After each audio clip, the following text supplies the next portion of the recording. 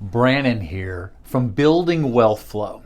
What I thought I'd do today, I made a big presentation in Vegas and spoke to several hundred investors about my build to rent concept. And I thought, you know what, I bet you my audience would love to hear that conversation and actually be prepared. If you're wanting to do this, I'm going to go a little deeper today, and this video is a little bit long for those that just don't want surface information, but want a discussion to go a little bit deeper. So that's what I thought I'd do today. Go over that presentation I did to those investors, but also have time and freedom to maybe go just a little bit deeper through this conversation. So join me here today as I start this video. Be prepared. This is, I know, an exception, a little bit longer video. Please stay to the end. I would ask, if you really enjoy this video, like and subscribe. I do a lot of videos both of my build to rent model, but I also do a lot of financial education. So I hope you enjoy it. And what I'm teaching, I have some Gen Z kids of my own that are in their early 20s and then also late teens. And what I teach them when I'm teaching them about what we're doing in growing our wealth is one of the things that I always talk to them about is, first and foremost, seek wisdom before wealth. You must have wisdom, for one thing, just to be able to hold on to that wealth, but also have the maturity and to know what to do when wealth comes and how to grow that wealth. And then what also I say is, I pray that you have stewardship of the knowledge and money you're entrusted with. So join me here. Look forward to discussing this.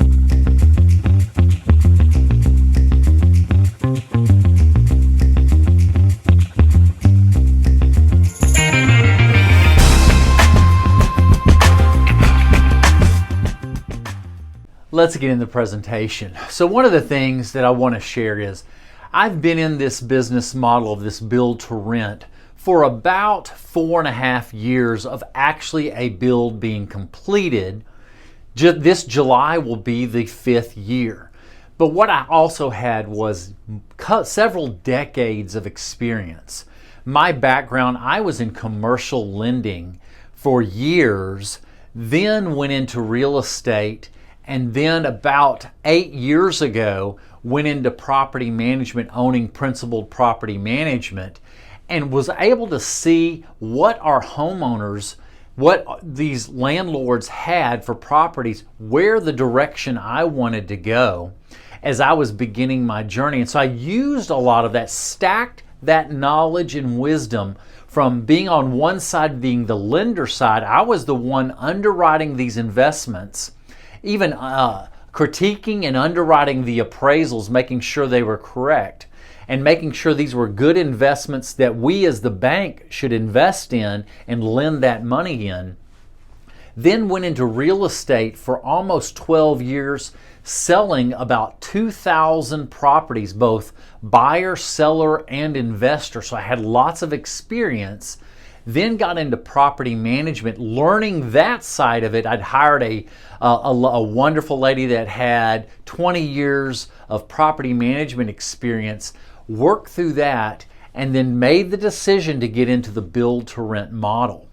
So as I got into it, there are reasons why I got into the build to rent.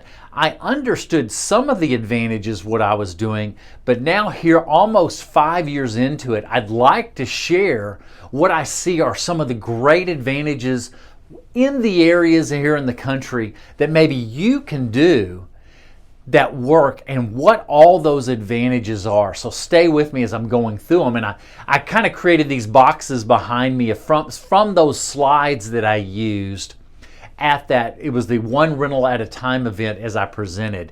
So I hope you enjoy it as I go. Well, maybe sometimes for those of you that heard my speech, maybe a little bit deeper and have more time to talk about it. So I started out with the 3 P's approach, trying to dial it in of what are the 3 most important P's. The first important P was price of the lot. When you're buying things, it has to be you make your money when you buy. Don't you agree? It's P for that first one is price of the lot. The second P is lot preparation. As I'm looking at, these are infill lots that I'm buying. I'm not doing development, because development, even for me from the banking side, that was one of the most riskiest loans.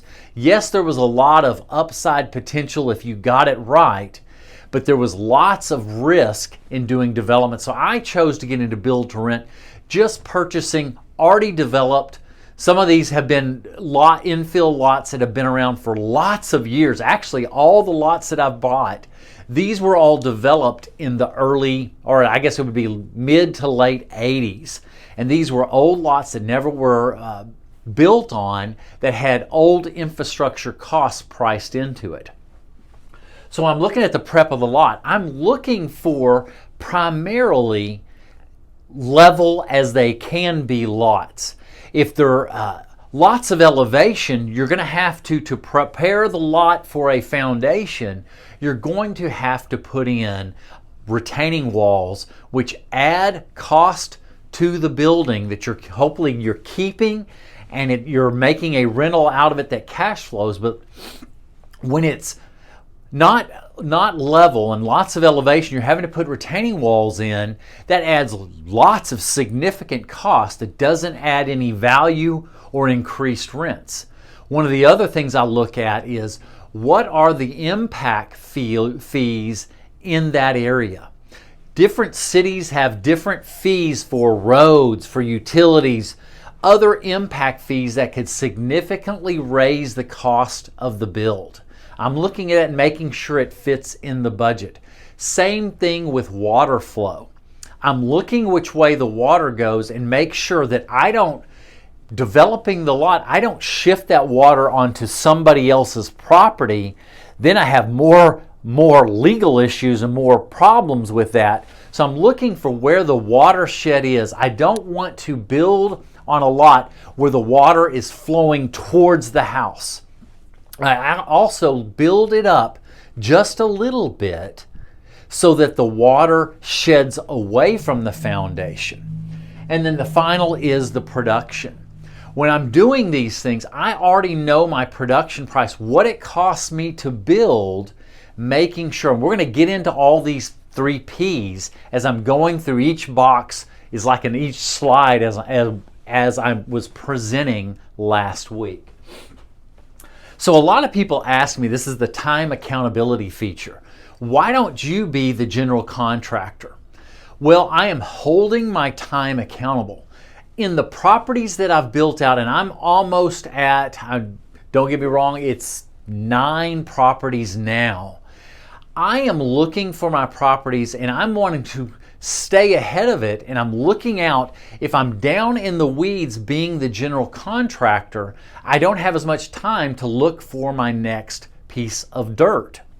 So what I put to it is, I'm putting in about a total of for these single family builds, I built some multifamilies, they're pretty similar amount of hours that I'm putting in for these builds. I'm putting in about 40 hours. On these recent single family builds, they're appraising for around $60,000 more than my cost. So in that 40 hours, I'm making around $1,500 an hour. My general contractor's putting in around 300 hours, and he's getting paid what is equivalent. He's making about $50 an hour. I'm holding my money accountable and holding my production accountable so that I can kind of see the forest and be looking ahead for the next land acquisition, because building that wealth where they're worth $60,000 more on these single families, I'm getting further ahead than saving the $1,500 or $15,000 on the 300 hours. I'm making more looking for the land doing that and allowing my GC, who does a great job. The same thing also, he has all his subcontractors that I don't have and gets favorable pricing that I might not get. If I were to become the GC, I might not get that same price savings And it might still cost me the exact same without a general contractor. So I've made the choice to oversee the entire project, putting that 40 hours in and making that $60,000 in equity growth in the project. I'm holding my time accountable. So I go into the operational advantages, and I just mentioned something here. As these, and I'll give the specific example, and I've heard from many people they love that I give my specifics. I'm not trying to make videos that are pie in the sky that nobody can believe. I try to put in all my videos truthful numbers on all my builds. In everything that I teach, I want you to have confidence. I might make a mistake in something I say, but I am trying to present the truth. So on all mine, I call it ACV, after construction value. All the way back to the beginning 4.5 years ago, I've seen the trend that in every build that I've done, I've been able to have that what I call forced equity. Like I've shared before, in owning real estate, you make money 5 different ways. Number one way, and the most important, is when you're buying real estate, it must have positive cash flow. And then when it does, it's making money 5 ways. So you start with positive cash flow. The number 2 way is principal pay down from the rents you receive. Number 3 is because doing it correctly, you should pay little to no income tax on that positive cash flow. Number 4 is natural appreciation over time. In the last couple of years, at least here in Texas, property values have pretty much flatlined, but over 10-year periods, the lowest it's gone up was the 90s, and that was 30%. And then the final 5th way is something I do with build to rent, is forced appreciation. I think this is where the opportunities that exist right now, these are the opportunities out there. Even on the resale side, this is where things are really working, is people that can see value and make changes to the property that increase the rents, which thus increases the value.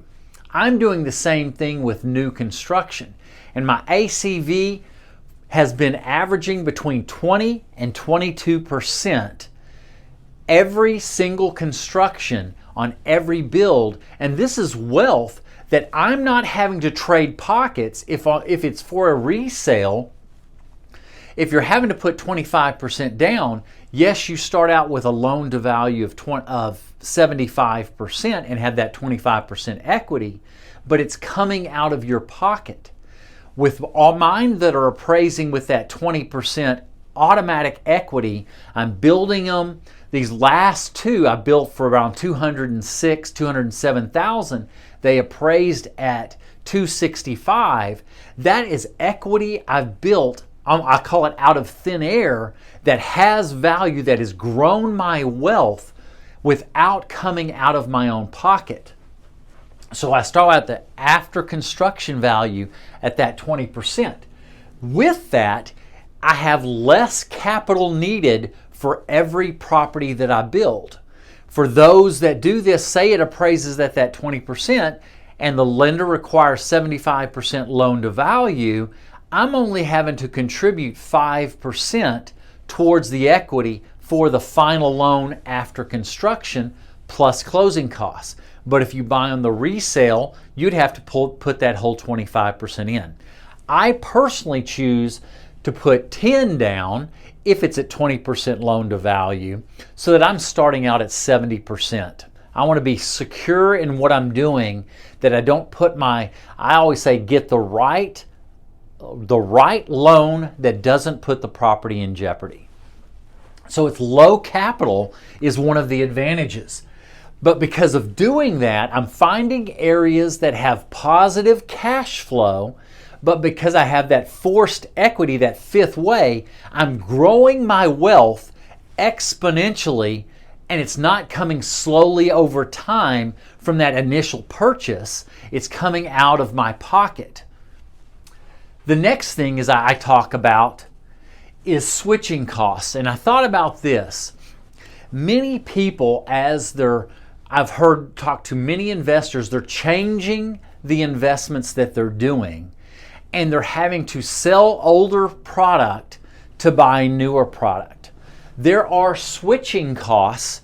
I call it that friction of having to upgrade to a new property. There is a cost. Let's just use the example. If you hired a realtor and your closing costs with the title company or lawyers to close, I would say on average it's at least 7%. And I want to give you an example. That's the accounting cost, that's 7%. But if you're at 80% loan to value, what is that cost that you're giving up of your equity? If you're at an 80% loan to value, that's 35% of your equity you're giving up by switching to a different product. And if you were to do that every 5 years, that's hurting you long term in your equity buildup. If you were at 50% loan to value, it's still 14% of your equity. See the difference between accounting cost at 7%, but economic cost, you're giving up a higher percentage of your equity. And if you do that multiple times over the years, you're not helping your equity growth. Because I've started with new construction, I intend to keep these forever. And I'm going to be passing these on when I'm gone to my kids. Probably 30 years from now, they're only going to be 30 years old. And I build them right, and I will always maintain them right so that they get good quality properties so that they don't have to have those switching costs. So consider that when you're investing. When you're having to constantly upgrade, you're having those switching costs. The next thing is less hassle. Because I don't have many expenses for repairs and maintenance, and I want to give you the example. In the last 4.5 years, these are all brand new constructions, and I'm still finishing out. I think I will be done here in the next 3 years. I know my numbers, and I know them even better than buying something 50, 70 years old that seem to have repairs every month and you don't know what's going to break next. I learned that from all the properties we managed, and I leveraged that knowledge, and I said, I don't want those. When you're having all these expenses, say it's a multi-family that you're selling based off of net operating income, if you have lots of repairs, it hurts the overall value of the property. Well, because these are brand new, number one, the first year I get a 1-year builder's warranty. But in the 4.5 years, my actual real numbers are $2,600. I've had a couple of dishwashers and a couple little things break.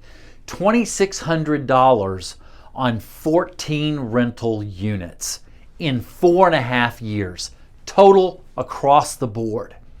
So I set my reserves. I know my numbers, and my reserves have built up over the last 4.5 years. I'm now over $40,000 in reserves, and I start out holding an 8% reserve off the rents for repairs, long-term capital repairs called CapEx, and vacancy. And that reserve, because they're new, I'm having less vacancies, quicker rentals, and I've been able to build up 40 grand and growing every month. Those are some of the advantages. I know my numbers are more certain when it's completed versus older properties. So what I do, and then when I start at 8%, I do 1% every other year. I can grow it from 8 the first year to the third year. I move it up to 9, the 5th year to 10. I'm doing these so gradual, but my reserves are already building, but I only have to start at 8%. For those of you that have significantly older properties, the best practice is starting at least 15%. And especially if it's significantly older, 70, 80, 90 years old, and even maybe lower rents, you might have to put back 20 to 25% of your rents to properly account for repairs and long-term capital expenditures. But with brand new, I've started out at 8% and it's working. So that's that slide. So some of the financial metrics. So I'm going back to the price on the lot.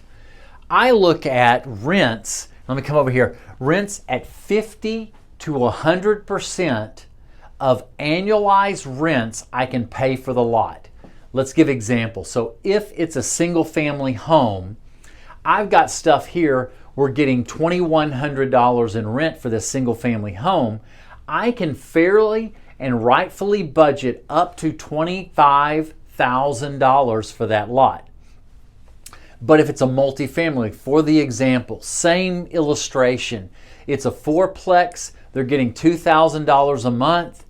I could pay up to $100,000 for that lot if I can get 4 doors on the property. Ideally, I want to be as close to 50% as best. I actually have hit that for a couple of lots at the 50%, but I usually am in a range in between. But that tells me I've got my numbers right for the lot as long as the conditions of the property are right.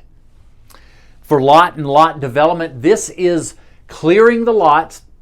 It is also preparing the lot with the dirt, getting everything shaped right on the lot. If I have to put in a retaining wall, this would go into that category. Of my builds, I've been ranging between 13 and 18%. More of them lately on these single families, I've been around 13 to 14% of the total budget is the lot with the lot development costs. Now, if you're in a high impact fee area, you would put that number in there. And I've got one other place where my number comes closer to 18% because I have a higher impact fees. One of the things I'm getting is efficiency. I'm sticking with floor plans. I know what works. I maybe make a tiny tweak here and there, but I know my costs. I'm using the same single family floor plan over and over and over again. And what's ended up happening is I'm getting it actually more efficient, and I'm finding little savings things where even right now in this coming series this spring, I've got 2 builds of 2 single family builds. I'm going to save between 4 and 5% on those built on small little tweaks. Now, there's some of that is economic things going on, but I'm making little changes to get the same quality build for maybe a few thousand savings and making those numbers even better. So I'm using the same floor plans, even on my multifamilies. I'm going to use them over and over again. So financing costs, you say, what should I budget for the interim construction? When you're doing an interim construction for the build, what should I budget for the financing costs? Most people, and this is the ratio you want to use, I'm a numbers person, take whatever your construction loan is, take 35 to 40% of it, times the interest rate your lender is charging. That should be the number you should put in there for your interest costs throughout the build. Now that's if you do it in a year. If you do it much quicker, say you're doing it in 4 to 6 months, it could be closer to that 35% as the number. But if you're going 30 to 35%. If you go over a year, you're probably hitting 40 to 45%. So you need to know how long it will take to build, and you're putting that number in, 35 to 40% on a typical build times the interest rate of the loan dollar amount. For the example, if it was a $200,000 loan, construction loan, at 40% would be $80,000 times whatever the interest rate I'm quoted at 7%. So that'd be $5,600. That would be the math formula. So that's how you can put that plugged in number for your budget on this construction. And then the final thing is I call it the 1% rule. So when I'm looking at properties, be it a multifamily or a single family, I'm looking at what the 1%, what is my rent for that property. If it's, for these examples on these recent single families, it's at $2,100. Can I build that property for $210,000 or less? That same number would work on, say, rents of getting $5,000 on a multifamily. Can I build that at $500,000 or less? I'm looking at that and I'm putting that math to it. For here locally, just to give y'all examples, I'm building these at around $120 a square foot, all in, including my closing costs on the construction loan, my interest carry throughout, and all the costs, including land and everything. I'm building these for $120 a square foot under roof. Not heated and cooled area, but total under roof with all the porches, garages, etc. under roof.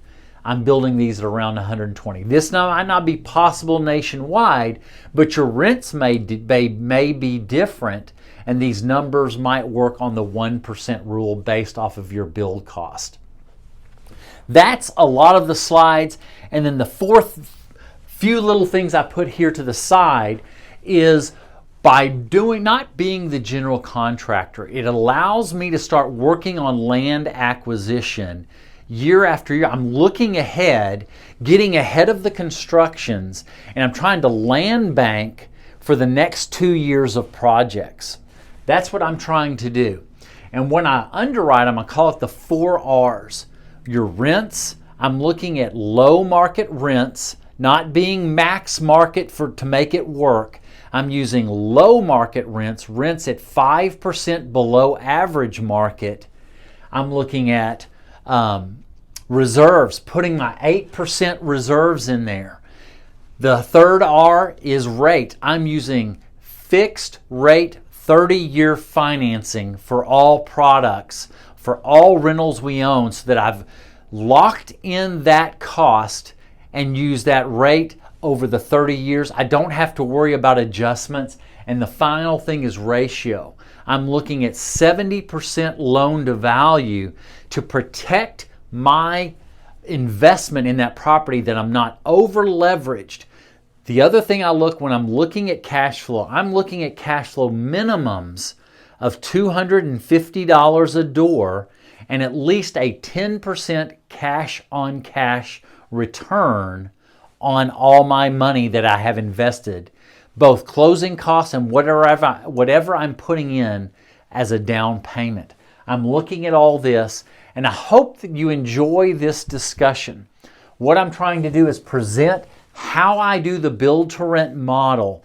Please make a comment, ask a question. I'm here to help. I'm trying to help others, and I love teaching and helping people grow in their financial investing. Take good care. Till next time.